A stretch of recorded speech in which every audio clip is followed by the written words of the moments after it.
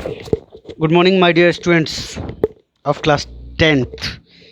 In my previous lecture, I explained your poem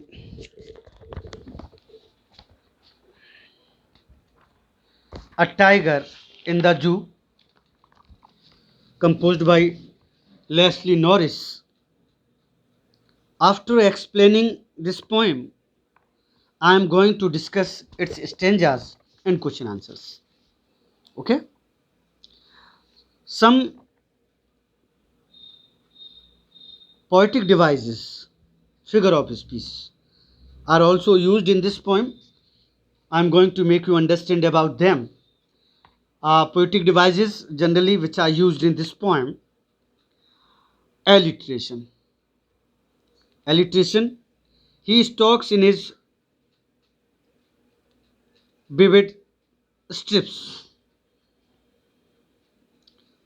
What he is locked in a concrete cell.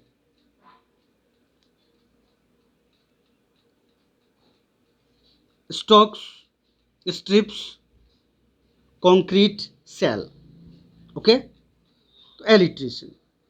When first character of the bird is same as the character, same character of the second bird, other bird, तो वहां पर आपका alliteration होता है, मैंने बताया था आपको. ठीक है. जब एक केवल फर्स्ट कैरेक्टर उसका, इस sun shining, S S, okay, रेट रॉड, आर आर, तो ये आपका एलिट्रेशन होता है. ओके. रिपीटिशन क्या होगा इसमें? रिपीटिशन होगा क्वाइट, वेलवेट क्वाइट, क्वाइट रेग. इसी लाइन में पढ़िएगा, मैंने जो आपको पोइम पढ़ाई है. तो ये क्वाइट इसमें दो बार आया है. तो when the complete word, whole word is repeated. जब रिपीट कोई वर्ड पूरा का पूरा होता है वो रिपीटिशन होता है. फर्स्ट कैरेक्टर जब होता है, एक से ऐसा मिलता है, तो वहां पर एलिट्रेशन होता है. ये आप लोग ध्यान रखिए. Okay. Now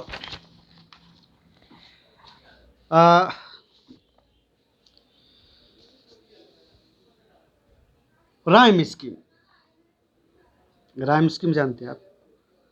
yes. Rhyming words जो लास्ट के होते हैं, जिसको एक तुक और तान बोलते हैं, वो राइम स्कीम होती है. ओके. तो when you read this poem you should know about its rhyme scheme. I am reading out a stanza. On pads of velvet quiet in his quiet rig, and stares with his brilliant eyes at the brilliant stars, but no rhyming words are there. कोई भी, हर line, each line, every line is different from other. तो A B C D, चार line की अगर आपका ये extract है, तो ए बी सी डी ये आपकी राइम स्कीम होगा.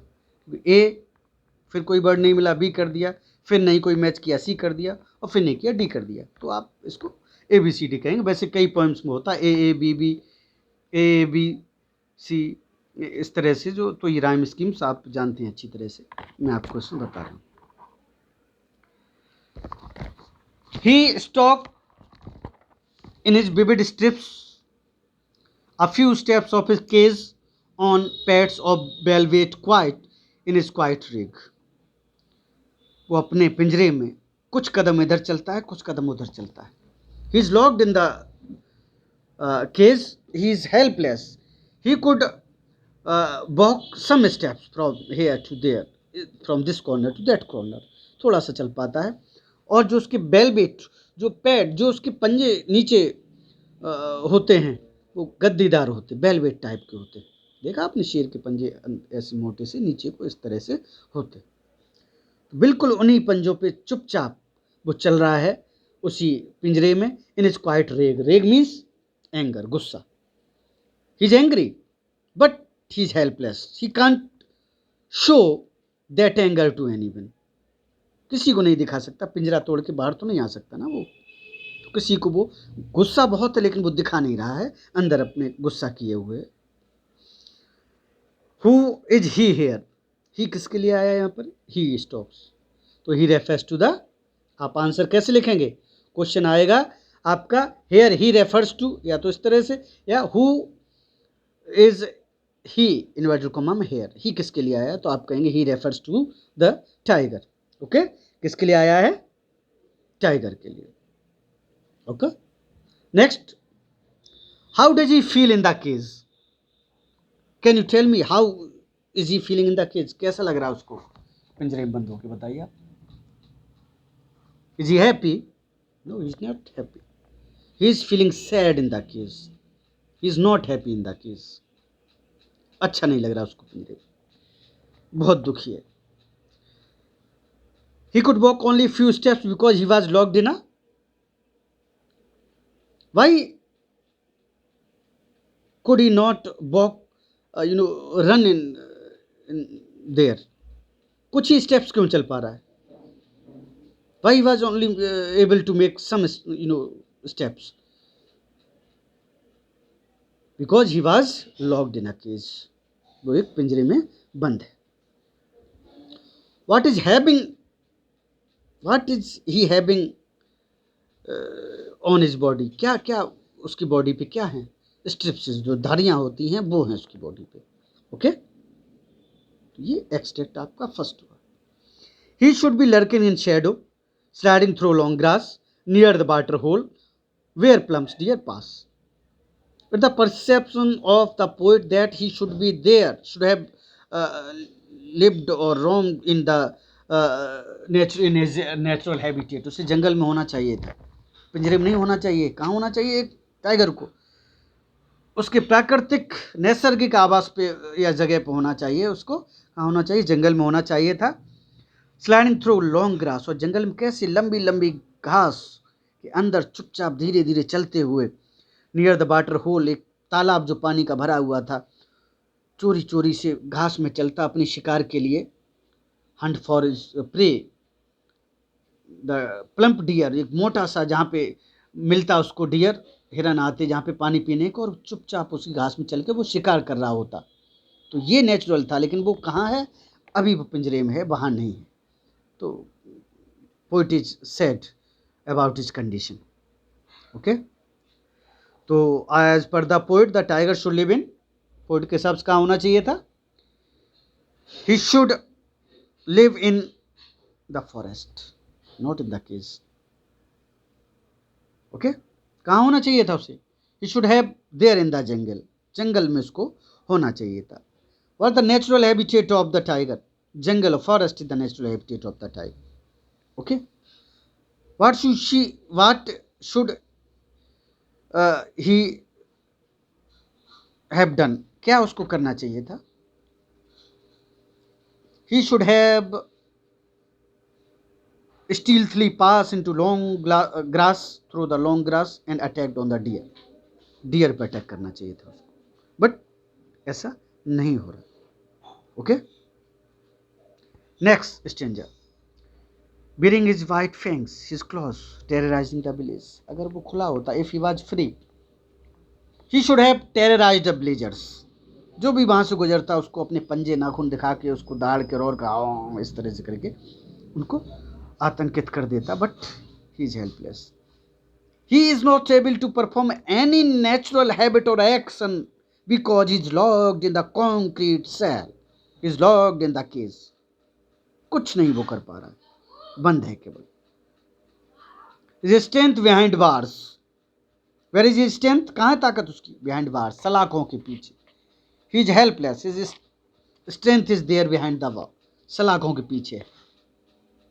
Stocking the length of his cage, ignoring visitors, अपने पिंजरे की लेंथ नाप रहा है, इधर से उधर चल रहा है, उधर से इधर चल रहा है. And he ignores the visitors. अगर if he was there in the jungle, he attacked on the visitor, but he is helpless. वो इग्नोर करता कौन निकलता कौन नहीं निकलता, तो वो उन पर हमला नहीं कर पा रहा. Okay, where is the tiger locked? Tiger is locked in the concrete cell, in the cage. Where is he put? कहाँ रखा गया है? तो he is put behind the bars. Okay, to whom does he ignore? किसको ignore करता है वो? He ignores the visitors. Okay, ignores the present of visitors, लोगों की जो विजिटर्स उनको इग्नोर कर रहा है वहाँ पर। He hears the last voice at night the patrolling cars. पिछली बार उसने जो पेट्रोलिंग कार्स गुजरती हैं, वहाँ से गाड़ियाँ गुजरती हैं पुलिस की या जंगल के जो ऑफिसर्स होती हैं उनकी गश्त लगाने वाली, उसकी आवाज़ सुनी थी। And stares with his brilliant eyes at the brilliant stars, और अब केवल वो आसमान में तारों को घूर रहा है। ओके, तो टाइगर हर्स हुम sound did tiger here last night at night. किसकी आवाज़ सुनी थी रात में? ये सुनता है तो sound of the zoo officials, जो पेट्रोलिंग करने आते हैं उनकी आवाज़ वो सुनी थी उसने।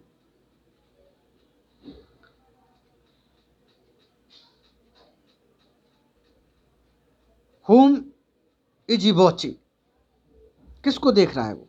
Is watching the stars in the sky. And what is thinking about stars, क्या सोच रहा है उनके बारे में? तो is thinking that stars are free so they are shining in the sky, they are living, they are shining in their natural habitat while he is locked in the cell. वो इसमें बंद है, होना कहाँ चाहिए था? जंगल में।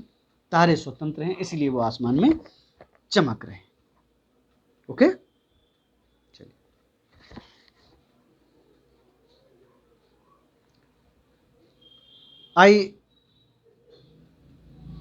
When I explained this poem, I had told you about the imprisonment, the slavery, and the helplessness of a creature, not only a creature. I told you that if someone is not free, it means he is not happy, she is not happy. अगर कोई free नहीं है तो वो खुश नहीं है। Every person remains happy when he or she is free. He is living or she is living with freedom. That is his or her natural habitat, नैसर्गिक प्लेस पर ही आदमी फ्री रह पाता है। अगर if people are sent to jail, they are not happy. अगर लोगों को जेल भेज दिया जाता है तो वो खुश नहीं रहते हैं, क्योंकि उन्हें नेचुरल हैबिटेट उनका घर होता है, उनका परिवार होता है। इसी तरह से इसमें टाइगर के लिए भी कहा गया है। Okay, so just read all the stanzas. I have given you many hints about solving stanzas. Okay, and after completing this task of solving stanzas extract, you are supposed to send your work at my personal WhatsApp number so that I could check it. Okay, thank you. Have a nice day. God bless you, my dear students.